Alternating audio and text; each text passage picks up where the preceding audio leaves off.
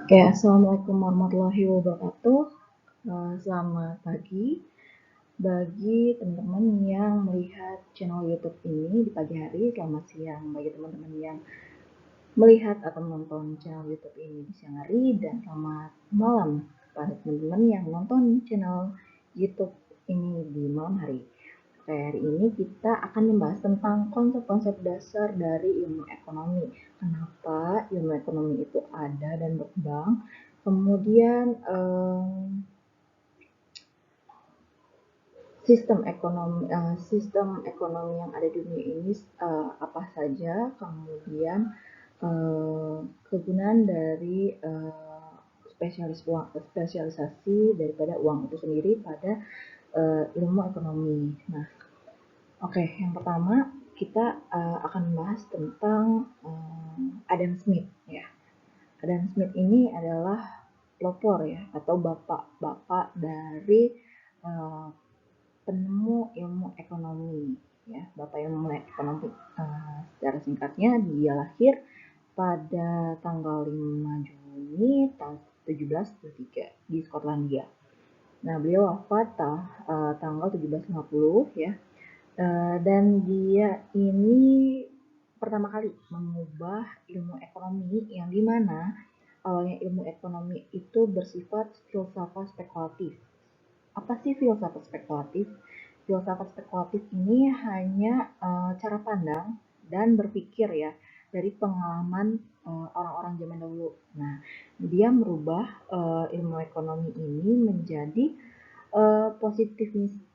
positivisme dan empiris, di mana ilmu ekonomi ini menjadi terstruktur ya, atau logik ya, atau yang kita kenal sebagai ilmu pengetahuan, suatu ilmu pengetahuan ya, di mana membahas tentang kebutuhan ya, kebutuhan yang tak terbatas dari manusia itu sendiri ya. Nah, jadi pada dasarnya ilmu ekonomi ini ada karena sumber daya ekonomi yang terbatas ya, ketidaksimpangan antara sumber daya ekonomi yang terbatas terhadap keinginan manusia yang tidak terbatas ya. Nah, kita bisa lihat ya masalah dari ekonomi itu sendiri ya. Adanya ketimpangan atau ketidakseimbangan. Nah, klasifikasi dari sumber daya secara umum di sini kita bagi tiga ya. Yang pertama ada sumber daya manusia, yaitu kita ya. Dimana sumber daya ini di ilmu ekonomi yaitu bagaimana kita membuat atau memproduksi barang dan jasa ya, baik tenaga kita maupun dengan alat bantu teknologi yang ada. Nah, kemudian sumber daya alam, di mana sumber daya alam ini dibagi menjadi dua, sumber daya alam terbatas dan tidak, sumber daya alam dapat diperbarui dan tidak dapat diperbarui ya. Nah, di sini juga ada sumber daya kapital atau sumber daya modal, di mana sumber daya modal ini sumber daya yang sebagai penunjang untuk menghasilkan barang dan jasa, di mana contohnya berupa mesin, kemudian teknologi, informasi, gedung, dan yang lain-lainnya ya. Nah, jadi di sini saya bagi menjadi dua untuk permasalahan ekonomi yang kita bahas sebelumnya nih tadi. Nah, jadi ada dua, di mana yang pertama kali ini masalah ekonomi yang disebut dengan ekonomi klasik ya, di mana terbagi menjadi tiga, yaitu masalah produksi, kemudian masalah distribusi, dan masalah konsumsi. Di mana untuk masalah distribusi ya, masalah produksi, bagaimana kita memproduksi barang-barang yang akan kita gunakan ya pada zamannya. Nah, kemudian masalah distribusi ini menyangkut bagaimana cara penyaluran ya, mendistribusikan barang-barang yang sudah diproduksi tersebut. Nah, kemudian yang terakhir masalah konsumsi, bagaimana cara menghabiskan ya atau menggunakan barang dan jasa itu sendiri ya. Nah, tapi di zaman modern ini atau ekonomi modern saat ini yang berkembang, tidak hanya sebatas masalah-masalah itu, tapi lebih terperinci ya, terstruktur, terorganize. Jadi masalah apa nih yang akan muncul?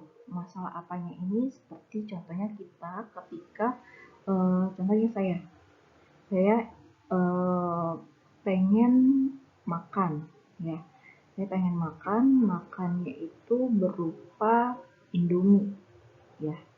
Mie instan ya. Kita katakanlah Indomie. Nah, berapa banyak nih yang saya butuhkan Indominya? Hanyakah satu bungkus atau dua bungkus atau lebih ya mie tersebut.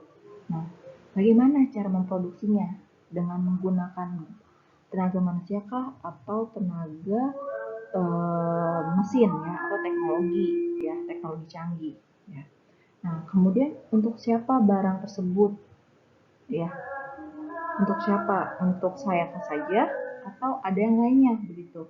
Pelaku-pelakunya ada yang untuk pemerintahan atau perorangan atau perusahaan ya atau pedagang atau yang lain-lainnya ya, dari kalangan menengah ke atas sampai menengah ke bawah ya.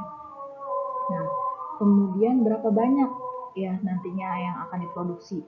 Nah, masalah-masalah seperti itu ya itu dapat diatasi dengan sistem ekonomi ya dinamakan. Nah, di sini sama untuk skema latar belakang ya dari ekonomi modern, masalah apa, berapa, bagaimana, dan untuk siapa kebutuhan tersebut ya, sumber daya produktif dan penggunaan yang alternatif ya.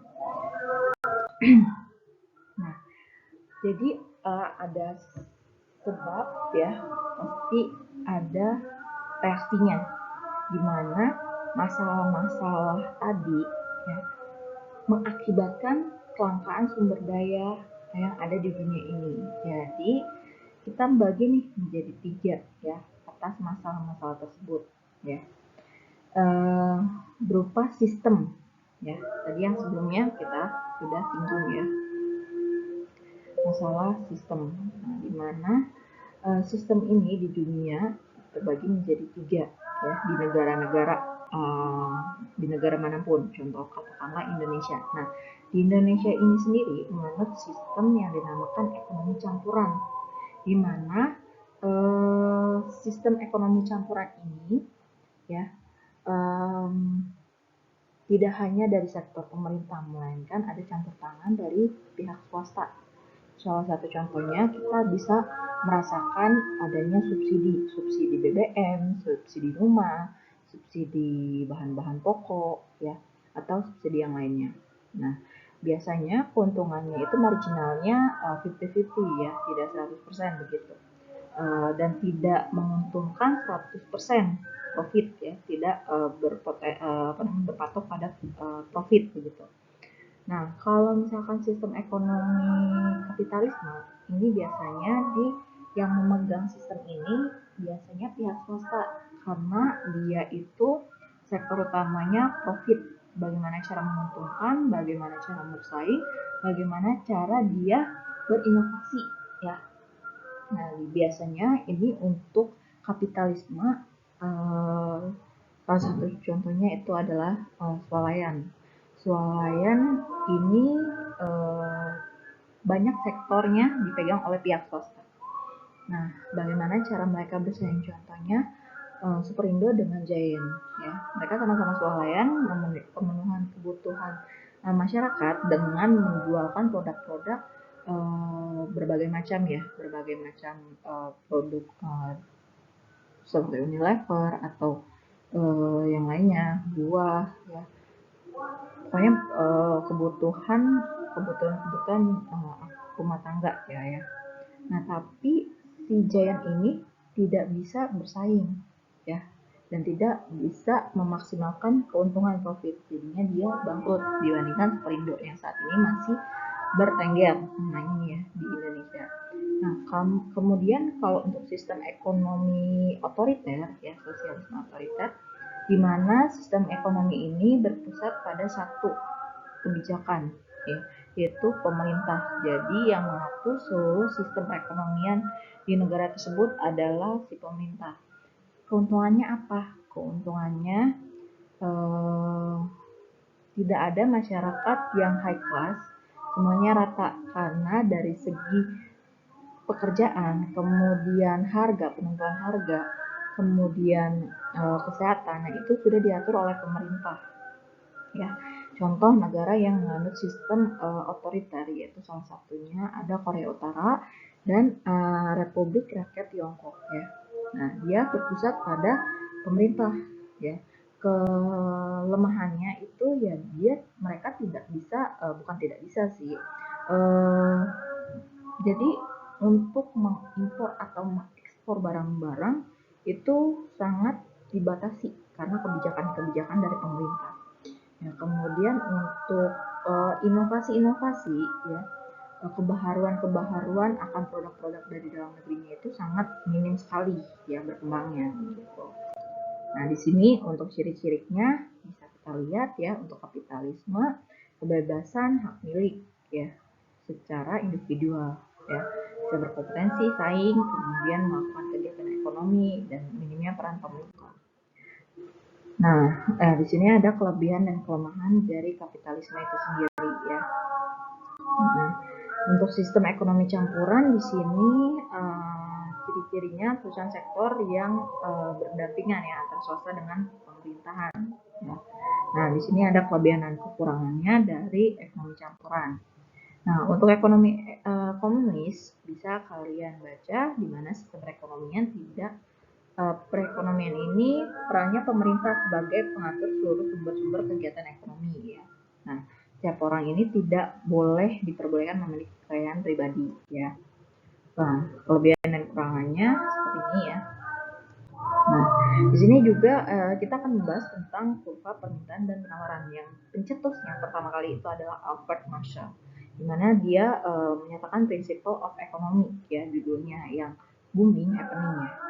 Nah, dengan judul itu ya saya terjemahkan menjadi menunjukkan bahwa permintaan dan penawaran secara simultan menentukan harga. Jadi ada kurva nih dari bawah ke atas itu adalah harga price, dari kiri ke kanan itu ada quantity kualitas. Dimana ketika kalian membeli barang dengan harga yang murah Rp500 katakanlah, pasti kalian akan membeli sebanyak-banyaknya begitu. Kalau enggak buy one get one ya, atau lagi promosi pasti kalian beli sebanyak-banyaknya. Ketika barang itu harganya stabil ya, harganya normal ya, paling sesuai kebutuhan kalian lah untuk pembeliannya. Namun ketika barangnya itu mahal ya, 2 kali lipat untuk harganya, nah kalian pasti berpikir untuk membeli barang tersebut ya.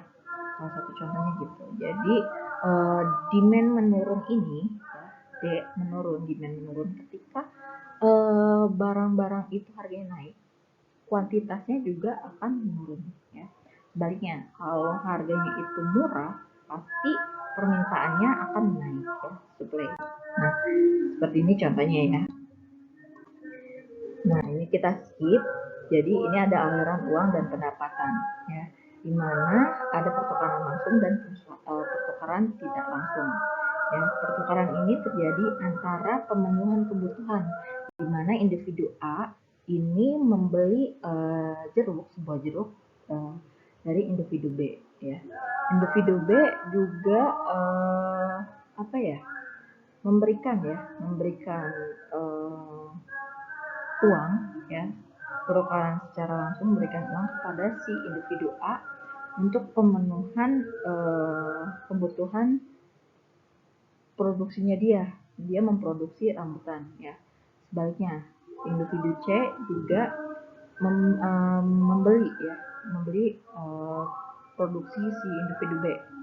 Nah, sebaliknya individu B akan memberikan ya uang untuk pembelian ya produksi yang dihasilkan si individu C ya, seperti itu. Nah, ini juga ada skema model aliran lingkar dari pendapatan dan pertukaran uang ya. Nah, ini adalah sistem spesialisasi uang di pasar ya. Nah, Nah, untuk pasar ini ada pasar barang dan pasar faktor. Faktor ini adalah faktor-faktor untuk pemenuhan kebutuhan. Nah, kalau misalkan pasar barang, bagaimana untuk menjual belikan barang-barang tersebut ya sistemnya, di mana konsumen rumah tangga memberikan tanah, tenaga kerja, kapital, serta kewirausahaan pada si produsen ya, yang dinamakan sumber daya ekonomi, di mana nantinya produsen akan mengolah tanah dan tenaga tersebut menjadi barang-barang dan jasa akhir output dari produksi, dan nantinya akan dikonsumsi oleh si konsumen atau rumah tangga itu sendiri ya. Nah, ini ada aliran uang dan pendapatan. Oke, kesimpulannya, sistem harga pasar dan persaingan merupakan mekanisme pengambilan keputusan secara konsisten oleh para konsumen, produsen, dan para pemilik sumber daya. Sistem harga bisa mempunyai manfaat menuntut pencapaian alokasi sumber daya secara efisien. Persaingan dalam sistem ini menentukan pada kebebasan ekonomi. Menurut saya, sistem ekonomi campuran adalah yang paling baik ya, 50-50, tidak menguntungkan dan tidak merugikan oleh masyarakat di suatu negara tersebut. Jadi pertemuan kali ini saya akhiri. Mohon maaf apabila ada kesalahan atau kekurangan ya. Semoga ilmu kali ini bisa bermanfaat bagi teman-teman akademisi sekalian. Akhir kata saya ucapkan terima kasih. Assalamualaikum warahmatullahi wabarakatuh.